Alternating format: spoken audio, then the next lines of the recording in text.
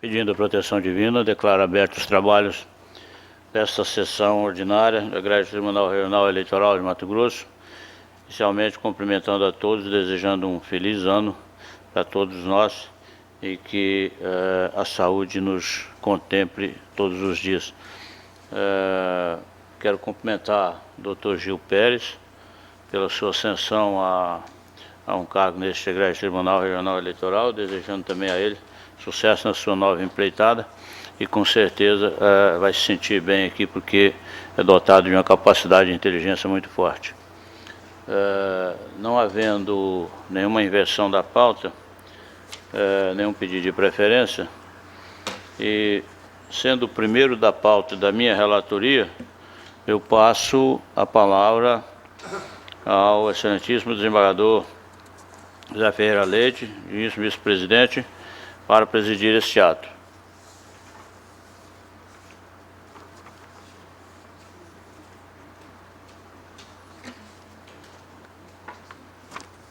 Então fica anunciado para julgamento da relatoria do desembargador Gerson Ferreira Paz o processo 540993/2010, prestação de contas de candidato, cargo de deputado estadual, PSB, eleição 2010, requerente Lia Rodrigues Carvalhais, candidato, a notícia de parecer escrito pela declaração das contas como não prestado e remessa de cópia dos autos ao promotor eleitoral da zona eleitoral respectiva para as providências. Vossa Excelência tem a palavra. Senhor presidente, egrégio plenário, cuida-se de prestação de contas de Elias Rodrigues Carvalhães, candidato ao cargo de deputado estadual pelo PSB nas eleições de 2010. A Coordenadoria de Controle Interno e Auditoria, CCA, diante do encerramento do prazo para prestação de contas no dia 2 de novembro de 2010, nos termos do artigo 26, parágrafo 4º da Resolução TSE 23.217/2010 e da ausência de providências pelo candidato, instaurou o procedimento de ofício, tendo o relator anterior tentado por várias vezes notificar o candidato para que apresentasse as suas contas de campanha no prazo de 72 horas, folhas 10, 13, 15, 20 e 29. Apesar da ausência de certificação de notificação do candidato nos autos, este apresentara determinados documentos nos dias 3/8/2010 e 30/8/2010, folhas 32/40, os quais se referiam tão somente à primeira e à segunda parciais de sua campanha eleitoral. A Coordenadoria de Controle Interno manifestou-se pela não aceitação dos referidos documentos como efetiva prestação, folhas 43 e 45, em face de não estarem de acordo com as normas da resolução acima referida, solicitando diligências no sentido de notificar o interessado a dar pleno cumprimento à obrigação referida. Devidamente intimado, as folhas 69 e 73, o candidato quedou-se inerte. Em seu parecer de folha 77, a douta Procuradoria Regional Eleitoral opinou pela declaração de contas não prestadas, bem como o envio da cópia dos autos ao promotor eleitoral da zona eleitoral competente para providências quanto ao crime do artigo 347 do Código Eleitoral. É o relatório, senhor presidente. Tem a palavra o ilustre procurador presente em sessão. Mantém o parecer, senhor presidente. Torna a palavra ao relator. Egrégio plenário. No caso, o candidato ao cargo de deputado estadual, Elias Rodrigues Carvalhães, não apresentou espontaneamente suas contas relativas às eleições de 2010, no prazo concedido pela Resolução TSE 23.217/2010, até o dia 2 de novembro de 2010, nem se manifestou quando instado a fazê-lo, no prazo de 72 horas, segundo preceitua o artigo 26, parágrafo 4º da aludida resolução, que prescreve a correspondente sanção para o caso de descumprimento daquela obrigação. O caso não comporta nenhuma dificuldade, trata-se de candidato que não prestou suficientemente suas contas de campanha, tendo tão somente apresentado a primeira e segunda parciais, que não contempla as exigências legais, consistentes em uma série de formalidades, como aquelas relativas aos recibos eleitorais, extrato de contas bancárias, dentre outras. Nesse sentido, tendo sido concedida ampla oportunidade ao candidato para que regularizasse a situação desviante, que ele mesmo criou ao não prestar contas espontaneamente, ainda assim manteve-se inerte nos termos do artigo 39, inciso 4 da Resolução TSE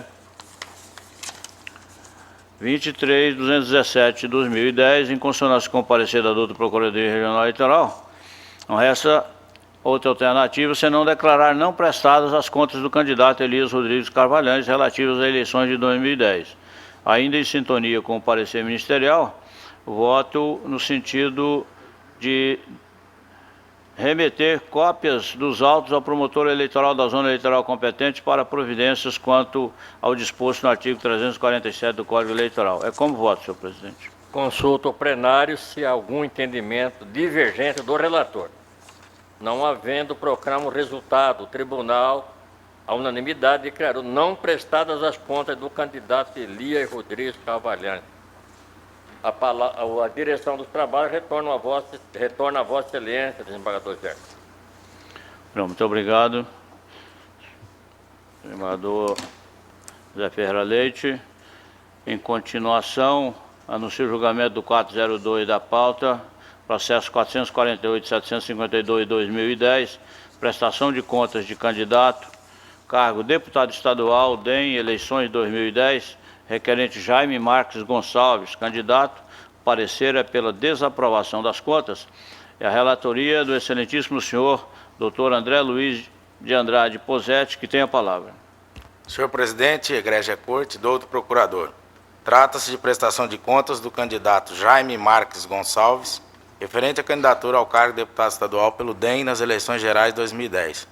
O requerente apresentou a prestação de contas, folhas 02 a 27, tempestivamente, na data de 28/10/2010, nos termos do artigo 26 caput da resolução TSE. Em relatório conclusivo, folhas 83 e 84, a CCIA manifestou-se pela aprovação das contas. Em seu parecer, a doutora Procuradoria Regional Eleitoral opina pela desaprovação das contas apresentadas. É o sucinto relatório. Colho o parecer da doutora Procuradoria. Obrigado, senhor presidente. Bom, nesse caso, apesar do parecer da área técnica desse tribunal, eu verifiquei que o candidato deixou de apresentar documento obrigatório, que, segundo a resolução do Tribunal Superior Eleitoral, necessariamente deve instruir toda e qualquer prestação de contas, independentemente de ter havido movimentação de recursos. Me refiro ao extrato oficial da conta bancária. O candidato alega ter aberto conta bancária, mas não apresenta os extratos na sua forma oficial e definitiva. É importante lembrar que a própria resolução do TSE estabelece que os extratos têm que ser apresentados na forma definitiva, não valendo extratos provisórios, extratos que não sejam apresentados na forma padrão, regulamentada pelo Banco Central, e que cubram todo o período da campanha eleitoral. É o que aconteceu aqui, embora o candidato alegue que não arrecadou recursos, volto a dizer, isso não interfere na obrigatoriedade de apresentação desse documento, pelo contrário, é esse o documento apto a provar que não houve arrecadação de recursos, é justamente por meio do extrato que se prova o que ele alega, e não pela omissão do extrato. E, por fim, lembro que esse tribunal indeferiu a candidatura do candidato, essa é uma das desculpas por ele utilizadas para justificar algumas dos vias na sua prestação de contas, indeferiu somente em agosto. Portanto, durante um mês, ele esteve habilitado a desenvolver a sua campanha. A resolução do TSE é clara no sentido de que mesmo aqueles que renunciam ou têm sua candidatura indeferida, o seu registro indeferido, têm que apresentar a prestação de contas com toda a documentação exigida relativamente ao período em que fez campanha, ou em que esteve apto a tanto. Nesse caso, por mais de um mês, ou por um mês, ele esteve com seu registro pendente, plenamente apto, portanto, a desenvolver a sua campanha eleitoral, recebeu CNPJ, recebeu número de candidatura, e não apresentou a prestação de contas com o mínimo que a legislação exige. Não vejo alternativa, a legislação expressa ao dizer que, faltando esse tipo de documento, as contas devem ser desaprovadas. Portanto, o Ministério Público, em discordância com o órgão técnico, opina pela desaprovação das contas, senhor presidente. Emitido o parecer, a palavra retorna ao doutor relator. Senhor presidente, egrégia corte, doutor procurador. Depreende-se, o voto está disponibilizado a vossas excelências e depreende-se dos autos que o candidato Jaime Marques Gonçalves deixou de comprovar a movimentação financeira, apesar da abertura da conta em 22/7/2010, para eventuais recursos de campanha, uma vez que teve o seu registro de candidatura negado por essa corte em 5/8, por meio do acórdão 19.378. Ocorre que nos documentos juntados, bem como na prestação de conta retificadora, comprovam esse fato, o que levou a área técnica desse egrégio tribunal a opinar pela aprovação das contas. Em meu sentir, esse deve ser o entendimento aplicável ao caso. Nessa mesma direção, tem julgados desse egrégio tribunal, através da prestação de contas número 448-667, acórdão 20.465, onde foi relator o eminente desembargador Gerson Ferreira Paz, nesse sentido. Posto isso, em consonância com o parecer técnico desse tribunal, dou por aprovado as contas do candidato Jaime Marques Gonçalves, referente ao pleito de 2010. É como voto. Desembargador José Ferreira Leite. Acompanho o entendimento do relator, senhor presidente. Doutor Gil Pérez Fernando da Silva. Também acompanho o entendimento do relator, deputado. Doutor Samuel Franco Dalia Júnior. De decisões pretéritas desse tribunal e para que não haja decisões díspares nesse sentido, eu também acompanho integralmente o voto do relator. Doutor Pedro Francisco da Silva, como voto? Inicialmente um esclarecimento. Aqui nesse caso, o candidato não trouxe nenhum extrato da sua conta, não é isso? Ou ele tem um extrato demonstrando a ausência de movimentação financeira na campanha? Ele apresentou...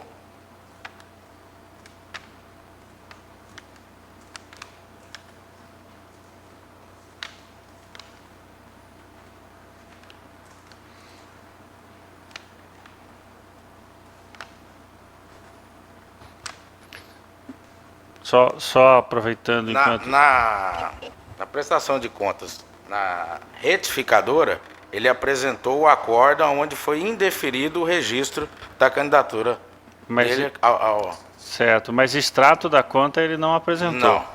É porque eu provavelmente não participei desse julgamento, desse acórdão aqui, porque foi em junho. Realmente eu não me recordo de ter votado alguma coisa nesse sentido. Mas aqui nessa emenda ela diz assim: demonstrada a ausência de movimentação financeira de campanha. Então eu tenho dúvida se realmente esse acórdão se aplica a este caso que nós estamos julgando. Porque o problema aqui, pelo que apontou o Ministério Público Eleitoral, é que ele deixou de apresentar o extrato da sua conta. Isso nos coloca numa certa insegurança, porque é possível, em tese, que um candidato abra conta, movimente, receba recursos, simplesmente esconda essa movimentação do tribunal e da Justiça Eleitoral, e exatamente porque depois a candidatura dele foi indeferida. Então, ele traz do Comitê Financeiro um extrato sem movimentação, mas do banco não. Apenas do Comitê Financeiro. Do Comitê Financeiro, né? Mas o extrato do bancário não. Eu vou pedir vênia ao eminente relator para acompanhar a posição do Ministério Público Eleitoral, no sentido de que aqui houve uma omissão do extrato bancário, né? Salvo, eu quero crer que a situação é um pouco diferente desse acórdão citado aqui, porque aqui no acórdão fala que ele demonstrou a ausência de movimentação financeira. Quer dizer, então, foi feita uma análise da conta bancária do candidato, ao contrário desse que estamos julgando, porque aqui tudo indica de que não houve realmente nenhuma informação a respeito do que se circulou algum valor por essa conta bancária aberta e que permaneceu aberta no mínimo por mais de 30 dias aí. Então, peço vênia ao eminente relator para acompanhar, para divergir nos termos do parecer do Ministério Público Eleitoral. Pois não, conclusão do julgamento. Tribunal, por maioria, aprovou as contas do candidato referente ao pleito de 2010, nos termos do voto do relator, em dissonância com o parecer, vencido o quarto vogal que votou pela desaprovação. É a conclusão.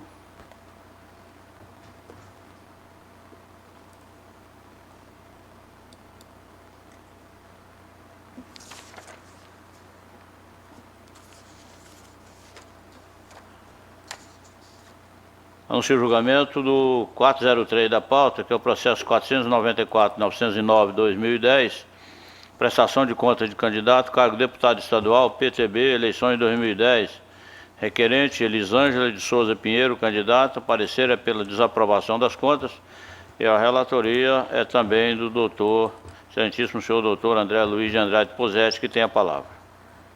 Senhor presidente, egrégia corte, doutor procurador.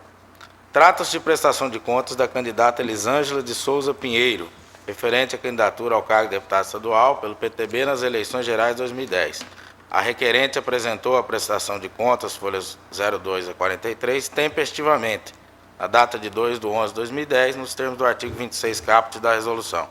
Em relatório conclusivo, folhas 47 e 48, a CCIA manifestou-se pela aprovação das contas. Em seu judicioso parecer, a douta Procuradoria Regional Eleitoral opina pela desaprovação das contas apresentadas. É o sucinto relatório. Ouça a douta Procuradoria. Senhor presidente, bom, mais uma vez aqui nós temos um parecer da área técnica desse tribunal, com todo o respeito aos servidores, aqueles que exercem com todo zelo a sua função nesse setor, mas um parecer que contraria expressamente a legislação eleitoral. O candidato movimentou todos os seus recursos de campanha em dinheiro em espécie, quando sabemos todos que a legislação eleitoral proíbe a utilização de dinheiro em campanha eleitoral. Gastos de campanha eleitoral só podem ser feitos por meio de cheque bancário ou transferência, cheque ou transferência bancária. É proibida a realização de saques em contas de campanha. E aqui não foi um saque ou dois, ou melhor dizendo, não foi uma parte dos recursos, foi todo o recurso arrecadado pela candidata. É pequeno esse recurso, a campanha dela é de pequena monta. Mas isso, ao meu ver, é até um elemento agravante, porque se foram poucos os pagamentos, qual a razão de não utilizar cheque? Qual a razão de não fazer a transferência bancária? Que são os meios que a legislação permite para esse tipo de gasto. Então, a candidata descumpriu de forma frontal, aberta a legislação eleitoral e realizou gastos com dinheiro em espécie.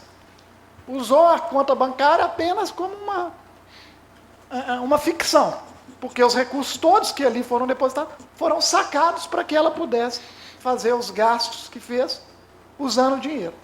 Então, a conta bancária não serviu ao seu fim, que é de registrar toda a movimentação financeira da campanha. E por movimentação, entende-se arrecadação e gasto. A conta tem que registrar não só a fonte, da onde veio o recurso, mas também para onde foi o recurso. É por isso que os gastos têm que ser feitos com cheque ou transferência, as únicas formas que permitem saber a destinação do recurso. Quando o candidato saca o dinheiro, perde-se esse vínculo, perde-se esse nexo. Já não se sabe mais aonde o candidato aplicou o dinheiro. Essa destinação não fica mais registrada na conta bancária. A conta bancária deixou de ter uma das suas principais funções, que é a de registrar, de documentar qual foi a aplicação dada aos recursos que o candidato arrecadou. Aqui, simplesmente 100% dos recursos que ela arrecadou foram manejados em espécie. É uma violação gritante, frontal, aberta ao que a legislação eleitoral preconiza e impõe. Não me impressiono com a existência de acórdãos desse tribunal em sentido contrário. Pelo contrário, a justiça em geral, precedentes, existem em todos os sentidos. E na justiça eleitoral, ainda mais. Justiça eleitoral é uma justiça que muda que alterna frequentemente a sua jurisprudência. Até porque a sua composição é muito variável, é instável, e temos aqui um exemplo concreto disso com a entrada de um novo membro nesse tribunal. Essa é uma oportunidade não de ficar repetindo jurisprudência, mas até mesmo de rever eventuais decisões, eventuais linhas que pudessem estar, possam não refletir mais a composição atual. Isso acontece permanentemente na Justiça Eleitoral, de forma que não desconheço que há decisões desse tribunal, deste TRE especificamente, flexibilizando a exigência de utilização de cheques e transferências como forma de pagamento de despesas eleitorais, mas também há várias decisões no sentido contrário, entendendo que o descumprimento dessa exigência é vício insanável, que implica a desaprovação de contas, como, aliás, se extrai da literalidade do ordenamento em vigor. Da minha parte, em especial, sempre insisti nesse posicionamento e continuarei sustentando que essa é uma brecha tremenda para fraudes, para falsidades, no que concerne à economia das campanhas, à arrecadação e aplicação de recursos nas eleições.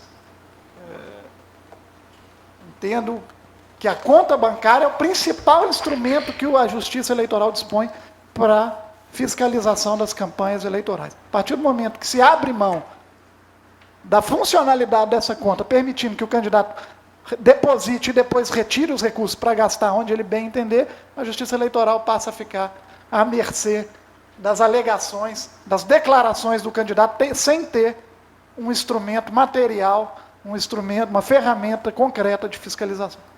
De forma que, insisto, mantenho o posicionamento já exarado no parecer que consta dos autos, opinando pela desaprovação das contas, senhor presidente. Elaborado o parecer, a palavra retorna ao doutor relator. Senhor presidente, egrégia corte, doutor procurador. Depreende-se dos autos que a candidata Elisângela de Souza Pinheiro utilizou-se dos valores arrecadados em sua campanha por meio de 2 únicos cheques, sendo o primeiro no valor de R$ 1.500 e o segundo no valor de R$ 1.000, conforme extrato de folhas 24, para cobrir as despesas que restaram demonstradas no bojo do processo. E aqui, doutor procurador, ela faz a justificativa de onde foram gastos esses R$ 2.500, por meio de cópia de notas fiscais e canhotos dos recibos eleitorais devidamente assinados, como determina a norma legal. Apresentou ainda extratos bancários, folhas 22 a 25, onde é possível constatar a movimentação financeira está de acordo com os valores contidos no relatório das despesas efetuadas. Entendo que a situação em tela espelha o caso de saques de cheque na boca do caixa, conhecido como cheque guarda-chuva, e que nesse contexto, em comento, não compromete a regularidade da prestação.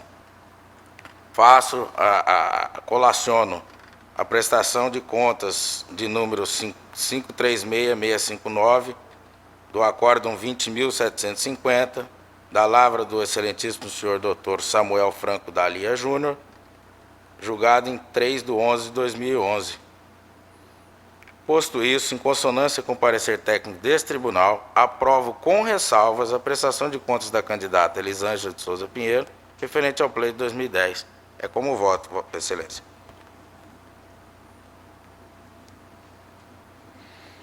Desembargador José Ferreira Leite, como voto? Relator. Doutor Gil Pérez Fernando da Silva. Considerando a explanação feita pelo doutor relator, inclusive com a apresentação das notas fiscais, né, e canhotos, de onde ela realmente provou a utilização desses 2 cheques, né, então eu vou considerar também que deve ser aprovada a prestação de contas da candidata. Acompanho o voto do relator. Doutor Samuel Franco Dalia Júnior. Senhor presidente, inclusive conforme o relator traz no seu voto, isso foi uma decisão, eu até fui o relator de diversos processos dessa natureza, e realmente quando há prestação de conta, a comprovação do pagamento, não há necessidade daquela determinação de que todo pagamento tem que ser feito com cheque ou com transferência bancária. Nós já discutimos isso diversas vezes nesse tribunal. O meu parecer, o meu ponto de vista continua o mesmo. Eu entendo que não há necessidade dessa situação, porque é aquela velha história, um cheque, se diversos cabos eleitorais deveriam ser muitos, milhões de cheques. Com um cheque só ele pode fazer isso. Então, como nós falamos, se você abrir uma gráfica para imprimir para ele, no caso de 2.000 cabos eleitorais, 2.000 cheques, não vai conseguir. Com um cheque só, desde que estejam aprovados, desde que estejam comprovados com ganhotos, recibos eleitorais, eu entendo que realmente a conta deve ser aprovada com ressalva e, nesse sentido, eu estou acompanhando integralmente o relator para evitar decisões díspares desse tribunal. É como voto, senhor presidente. Doutor Pedro Francisco da Silva. Eu também acompanho o eminente relator, especificamente porque a quantia movimentada aqui não é de grande monta, foram utilizados apenas 2 cheques. Então, na linha da jurisprudência já consolidada nesse tribunal, acompanho do outro relator.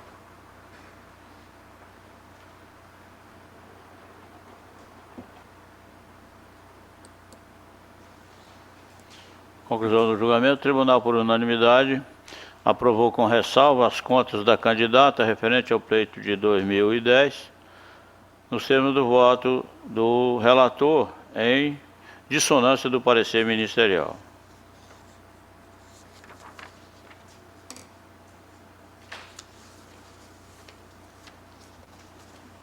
Anuncio o julgamento do 404 da pauta, processo 61.677/2011, embargo de declaração em habeas corpus, determinação judicial de quebra de sigilo telefônico, processo número 144/2008, da 45ª Zona Eleitoral Rondonópolis, embargante Marilza Valentim Chaves da Silva, parecer pela rejeição dos embargos e reconhecimento de seu caráter exclusivamente protelatório.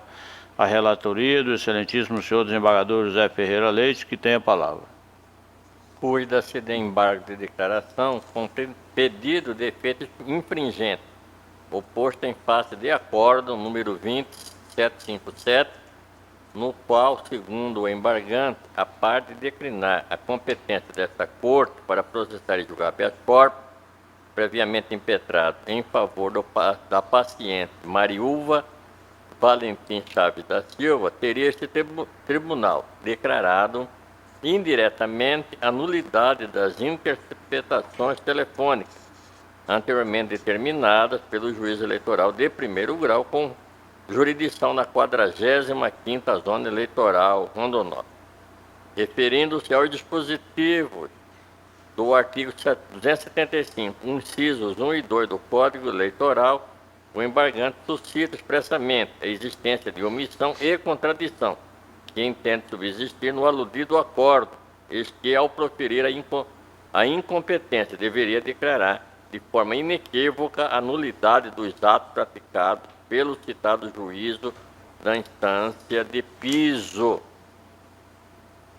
não se podendo deixar subentendida tal consequência daquela decisão plenária. Parecer da douta Procuradoria Regional Eleitoral de Folha, em que propõe a rejeição dos presentes embargos com reconhecimento do seu caráter meramente protelatório, ao argumento de que, declinada a competência, não poderia esta Corte examinar o motivo ensejador da quebra do sigilo eletrônico de que se originou em impetração do referido habeas corpus, haja vista que o processo principal atualmente tramita na Justiça Federal.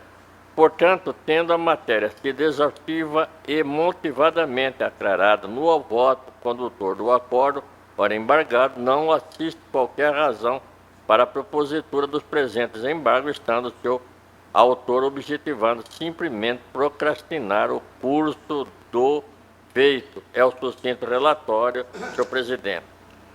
Ouça a douta Procuradoria. Obrigado, senhor presidente. Esse caso aqui, nós já nos deparamos diversas, inúmeras vezes com, e eu sempre faço questão de relembrar, expedientes protelatórios, tumultuários, para tentar impedir essa ação penal decorrente de uma operação policial durante o dia da votação na eleição de 2008, em Rondonópolis. A maioria dos senhores devem se lembrar. Houve ali em Rondonópolis uma operação, apreensão, prisão de cabos eleitorais que apoiavam um determinado candidato.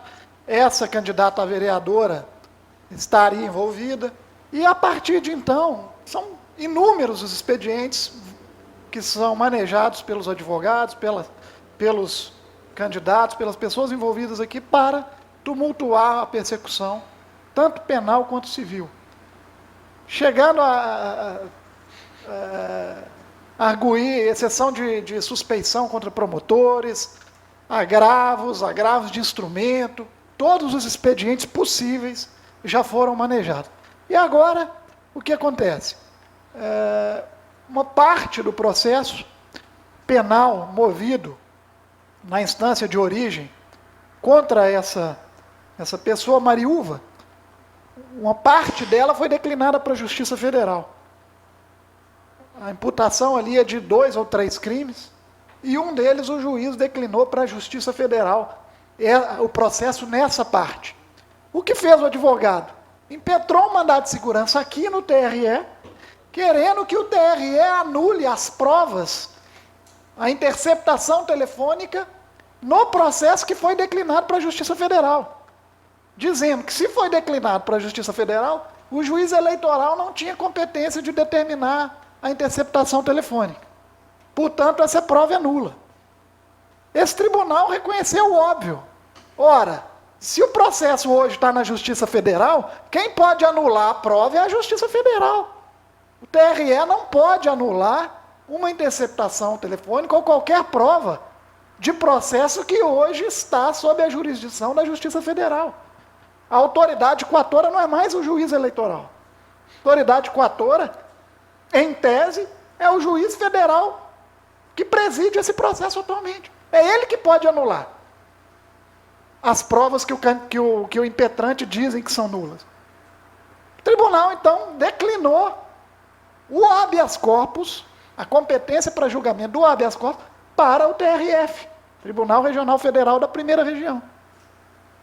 A quem cabe julgar se há realmente ato coator nesse processo que hoje está na Justiça Federal. O que fez o candidato?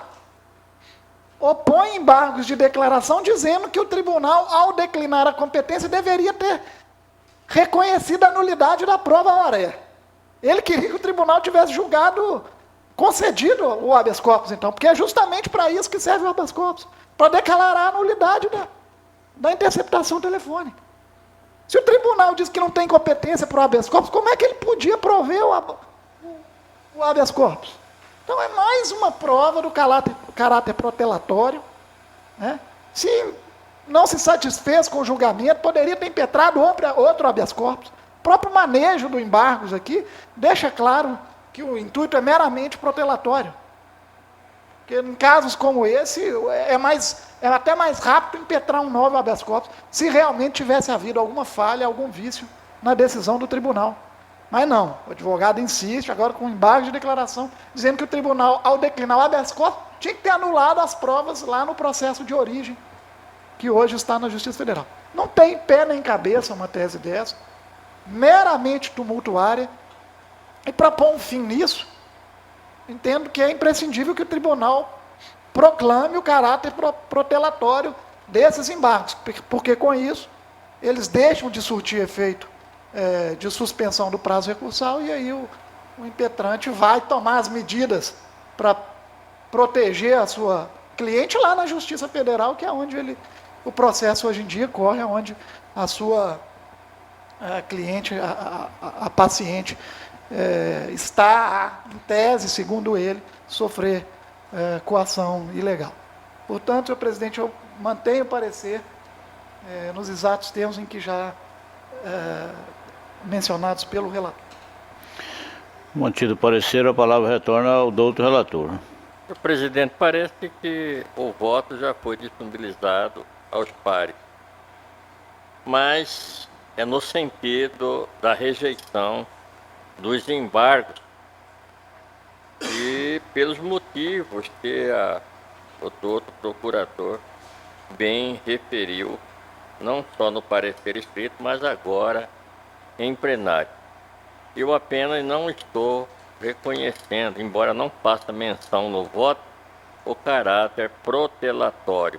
Parece-me que é o exercício do direito de recorrer, posto nos embargos, daí porque assim eu voto. Em suma, eu estou rejeitando os presentes embargos, não vendo omissão ou contradição no acordo.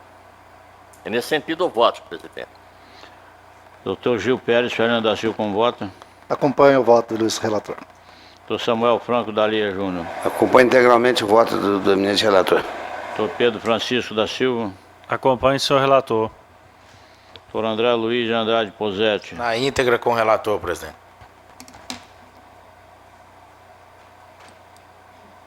Conclusão do julgamento. O tribunal, por unanimidade, conheceu os embargos e, no mérito, rejeitou-os nos termos do voto do relator, em consonância parcial com o parecer.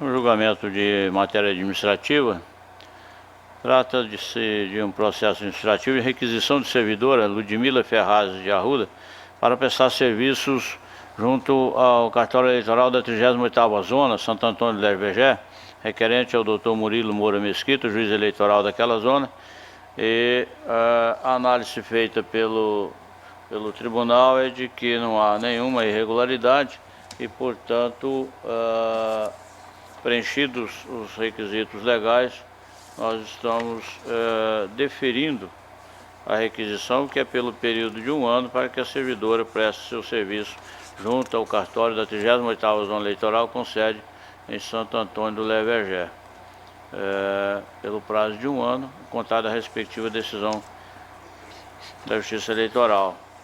Se houver alguma dissidência, nós podemos explicar, senão fica deferido esta requisição. Da mesma forma, o pedido do processo 72.154/2011, também procedimento administrativo, requisição da servidora Márcia Maria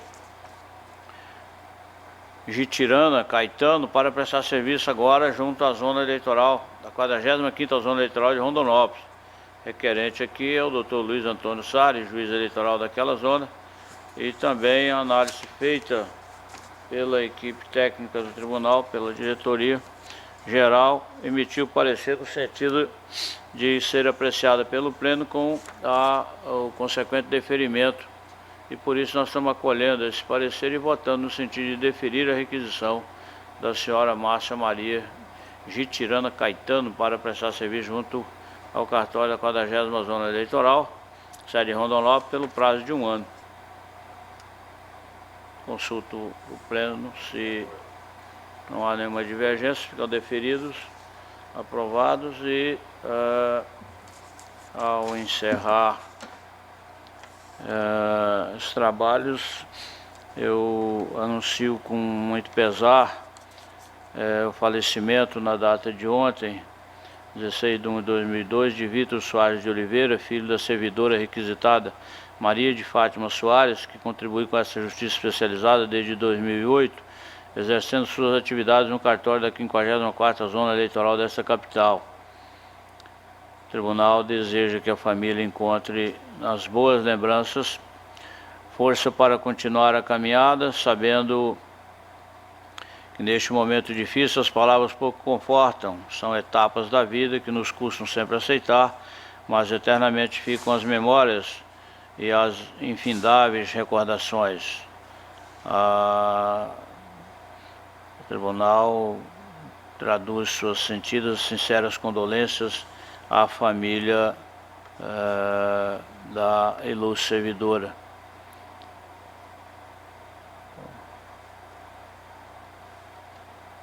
Não havendo mais quem queira fazer uso da palavra, declaro encerrada a presente sessão e esperando-os a nova sessão de amanhã, lembrando os lutos pares que amanhã teremos nova sessão. Boa noite, muito obrigado.